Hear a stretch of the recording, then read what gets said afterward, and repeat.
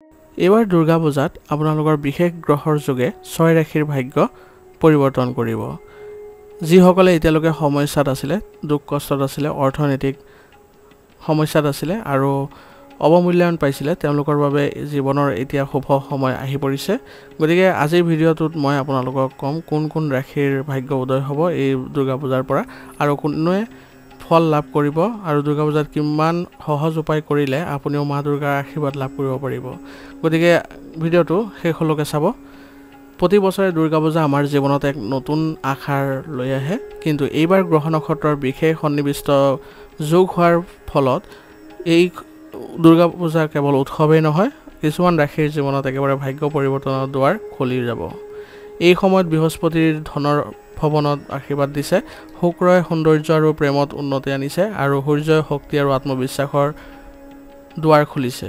গতিকে ৰাশি অনুযায়ী চাই লওক কোন কোন ৰাশিৰ ভাগ্য উদয় হ'ব।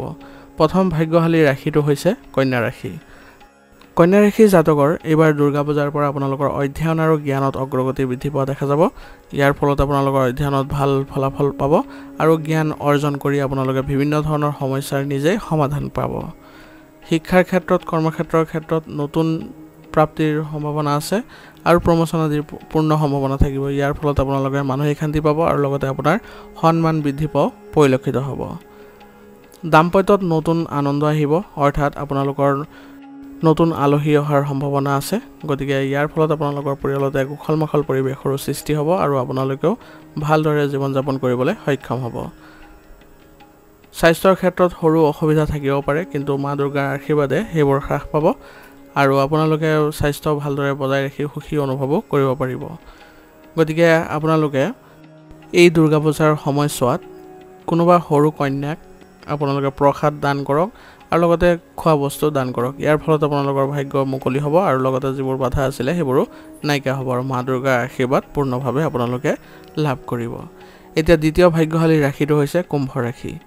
কুম্ভ ৰাশি জাতকসকলৰ ৰাজনৈতিক, সমাজ সেৱা বা জনপ্ৰিয়তাৰ ক্ষেত্ৰত সফলতা বৃদ্ধি পোৱা দেখা গৈছে আৰু ইয়াৰ ফলত আপোনালোকৰ সন্মান বৃদ্ধি পোৱা দেখা যাব আৰু আপোনালোকৰ ভাগ্যও পৰিৱৰ্তন হ'ব আৰু আপোনালোকৰ পূৰ্বৰ তুলনাত বৰ্তমানে অৰ্থনৈতিক ক্ষেত্ৰতো বিশাল আপোনালোকৰ পৰিৱৰ্তন দেখা পাব। ব্যৱসায় আৰু কেৰিয়াৰৰ ক্ষেত্ৰত আপোনালোকে গুৰুত্বপূৰ্ণ কামত আশ্চৰ্যজনক উন্নতি লাভ কৰিব আৰু চাকৰিৰ ক্ষেত্ৰতো আপোনালোকৰ প্ৰমোচন আদি হোৱাৰ উপৰিও আপোনাৰ গুৰুত্ব বৃদ্ধি পাব। গতিকে এইখিনি সময়ছোৱা আপোনাৰ কাৰণে খুবেই ভাল। দুৰ্গা পূজাৰ পিছৰ পৰাই আপোনালোকৰ সকলো উন্নতি দেখা পাব। বন্ধুত্বৰ পৰা নতুন প্ৰেমৰ সম্ভাৱনা আছে। গতিকে প্ৰেমৰ সম্পৰ্কত অগ্ৰগতি আহিব আপোনালোকৰ আৰু নতুন আপোনালোকৰ জীৱন সংগীয়ে আপোনালোকৰ পথ মুকলি কৰিব আৰু তেওঁলোকৰ পৰা পোৱা পৰামৰ্শই আপোনাৰ জীৱন বহু পৰিমাণে পৰিৱৰ্তন কৰিব।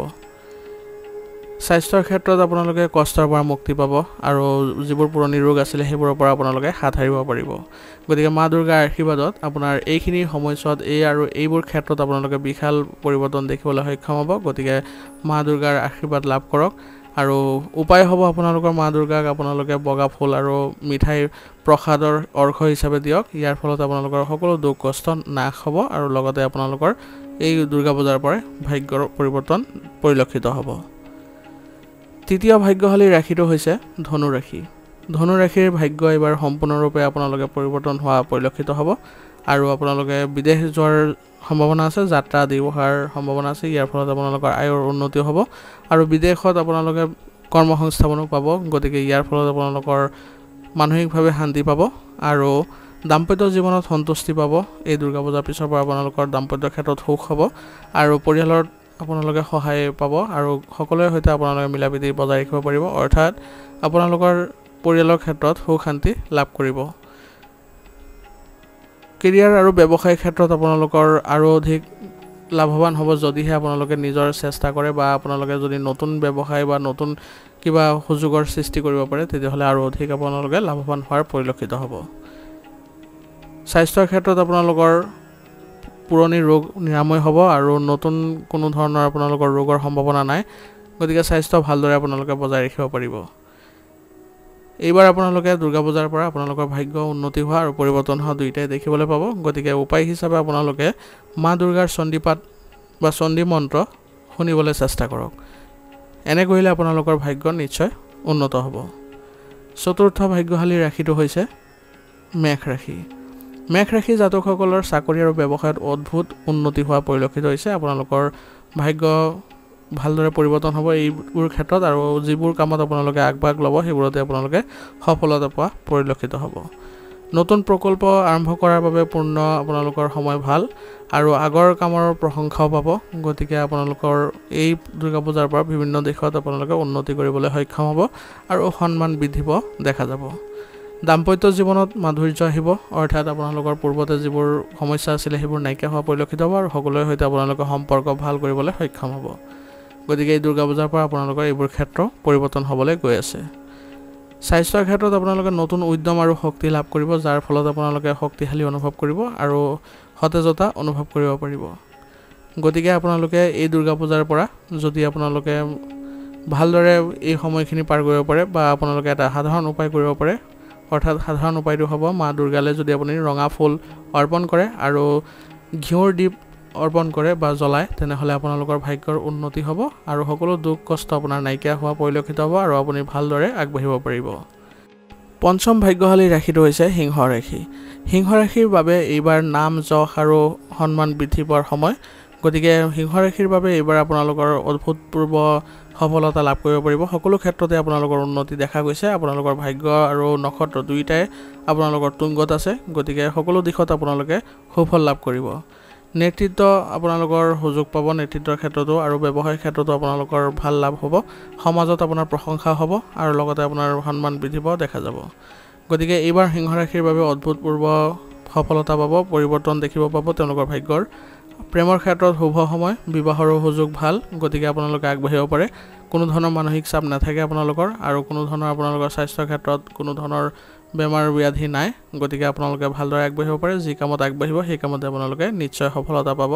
কাৰণ এইবাৰ সকলো ৰাশিতকৈ সিংহ ৰাশিৰ বহু ক্ষেত্ৰত ভাল হোৱা পৰিলক্ষিত হৈছে আৰু আটাইতকৈ ভাগ্যশালী ৰাশিটোৱে হৈছে সিংহ ৰাশি গতিকে সিংহ ৰাশিৰ যিসকল জাতক আছে তেওঁলোকে এইবাৰ দুৰ্গা পূজাত এটা সাধাৰণ উপায় কৰিব পাৰে মা দুৰ্গাক সিন্দুৰ আৰু ৰঙা যদি বস্তু দান কৰিব পাৰে বস্ত্ৰই হওক বা আন কিবা বস্তু হওক তেনেহ'লে আপোনালোকৰ বাবে ভাল হ'ব আৰু উন্নতি আপোনালোকৰ পৰিলক্ষিত হ'ব এতিয়া ষষ্ঠ আৰু অন্তিমটো ভাগ্যশালী ৰাশিটো হৈছে বৃষ ৰাশি বৃষ ৰাশি জাতকসকলৰ বাবে অৰ্থনৈতিক সমস্যাৰ এইবাৰ সমাধান হোৱা দেখা পাব দুৰ্গা পূজাৰ পিছৰ পৰা আৰু পৰিয়ালত সাদৃশ্য থাকিব অৰ্থাৎ পুৰণি যিবোৰ বিবাদ আছিলে সেইবোৰ নাইকিয়া হ'ব বিশেষকৈ আপোনালোকে মাতৃৰ পৰা আশীৰ্বাদ লাভ কৰিব পাৰিব আৰু আগবাঢ়িব পাৰিব ব্যৱসায় বাণিজ্যত আপোনালোকৰ পুৰণা যিবোৰ ঋণ আছিলে সেইবোৰ নাইকিয়া হ'ব নতুন আয়ৰ পথ খোল খাব আৰু ব্যৱসায় সম্প্ৰসাৰণ বা নতুন যদি পৰিকল্পনা কৰিছে সেইবোৰতো আপোনালোকৰ উন্নতি দেখা যাব গতিকে এইবাৰ দুৰ্গা পূজাৰ পৰা আপোনালোকৰ যিবোৰ দীঘলীয়া পৰিকল্পনা আছিলে সেইবোৰ আপোনালোকৰ বাস্তৱত পৰিণত হোৱা পৰিলক্ষিত হ'ব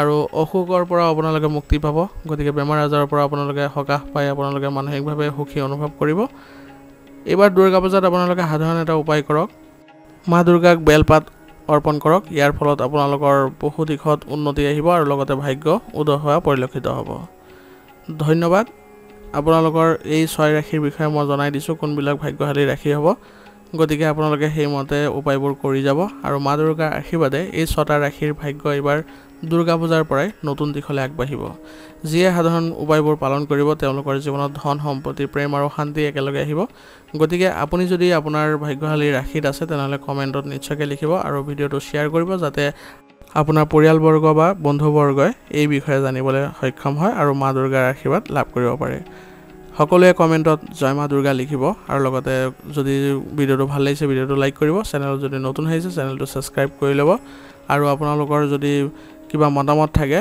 দিবলৈ নাপাহৰিব